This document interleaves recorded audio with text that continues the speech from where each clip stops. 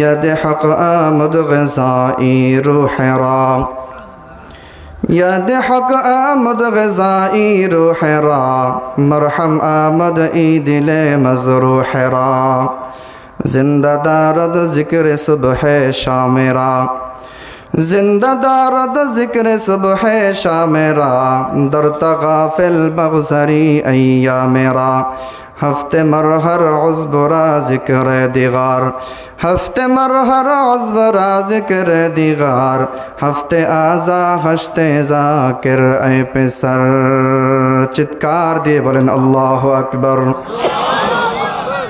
কবি দের কবি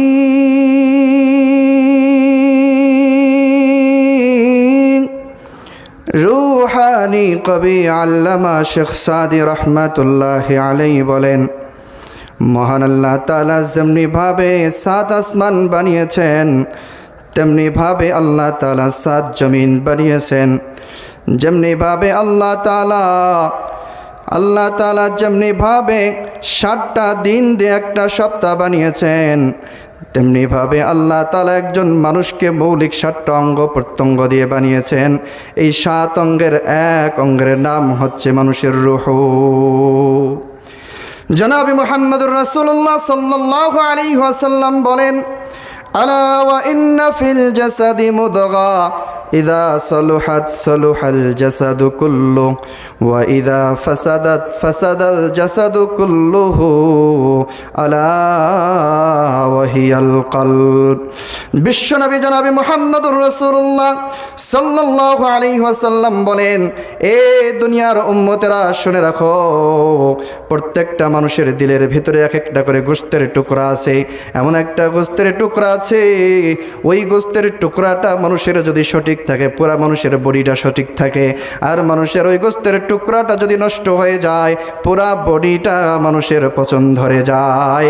নবীজি বলেন, আলা ওয়াহিয়াল কলব, সেটার নাম হচ্ছে কলব।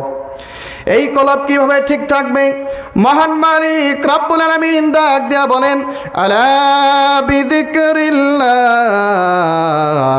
তাতমাইন্নুল কুলুব। জেনে রাখো, একমাত্র কলব ঠিক থাকে মানুষের জিকিরের মাধ্যমে। এই জন্য দিল খুলে একটু জিকির করার দরকার আছে না নাই?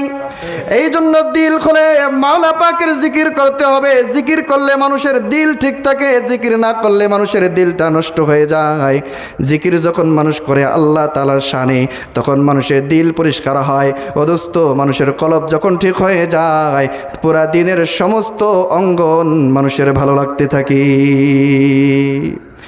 দিল যখন বান্দার ঠিক হয়ে যায়, মসজিদে আমার রব্বুল আলামিন মুয়াজ্জিনের কণ্ঠে আজান দিয়ে ডাকতে থাকে, বান্দা তোর জন্য আমি আল্লাহ রব্বুল আলামিন 5 ওয়াক্ত নামাজ ফরজ করে দিলাম রে বান্দা।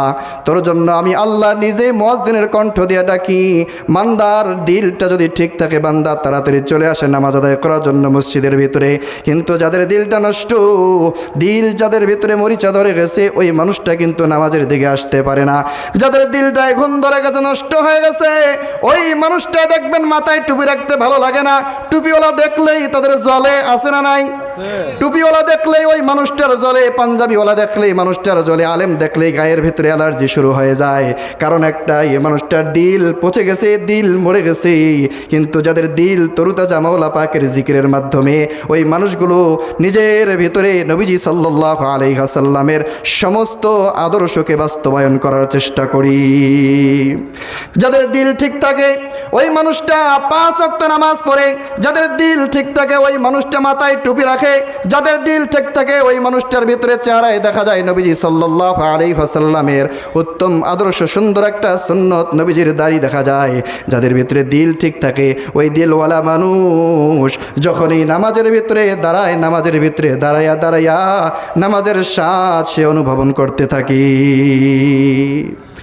কিন্তু যাদের দিল নষ্ট হয়ে গেছে, ওই মানুষটার চেহারায় দাড়ি রাখতে ভালো লাগে না, শয়তান বারবার ওই মানুষটার ভিতরে খোঁচা মারে, মানুষকে ওই শয়তান মানুষটাকে বারবার দিনী মাহফিল থেকে দূরে সরাই দেওয়ার চেষ্টা করে, মসজিদ থেকে বের করে আনতে চেষ্টা করে, মসজিদের দিকে যেতে বাধা দেয়।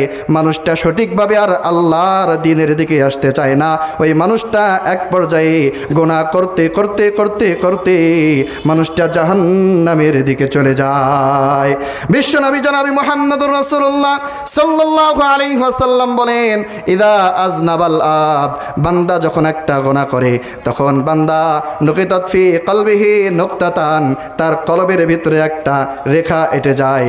যখন আরেকটা গুনাহ করে আরেকটা দাগ পড়ে যায়, আরেকটা গুনাহ করে আরেকটা দাগ পড়ে যায়। এইভাবে বান্দা গুনাহ করতে করতে করতে করতে বান্দার দিলটা একদম কালো হয়ে যায়, কালো হয়ে যায়, এমন কালো হয়ে যায় বান্দাকে আর দিনের জন্য ডাকতে ভালো লাগে না।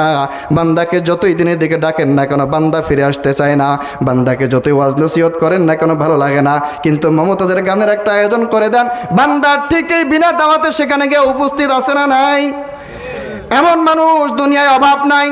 আজকে যদি এই মাহফিলের প্যান্ডেলের পরিবর্তে এখানে কোনো একটা গানের আয়োজন করা হতো, এলাকার ভিতরে এমন কোনো মানুষ থাকতো না, সকলেই এখানে উপস্থিত হয়ে গান শুনতো, নর্তকীদের ডান্স দেখতো, আছে না নাই? সামান্য একটু খেলার আয়োজন হয়, খেলার আয়োজন, ওই খেলার আয়োজনে নারী পুরুষ জুয়ান বুড়া, বাহ কি তামাশা, সবাই সেখানে উপস্থিত। কিন্তু আজকে সুন্দর একটা জান্নাতের বাগান তৈরি হয়েছে, এই জান্নাতের বাগানে মানুষ আর আসতে চায় না।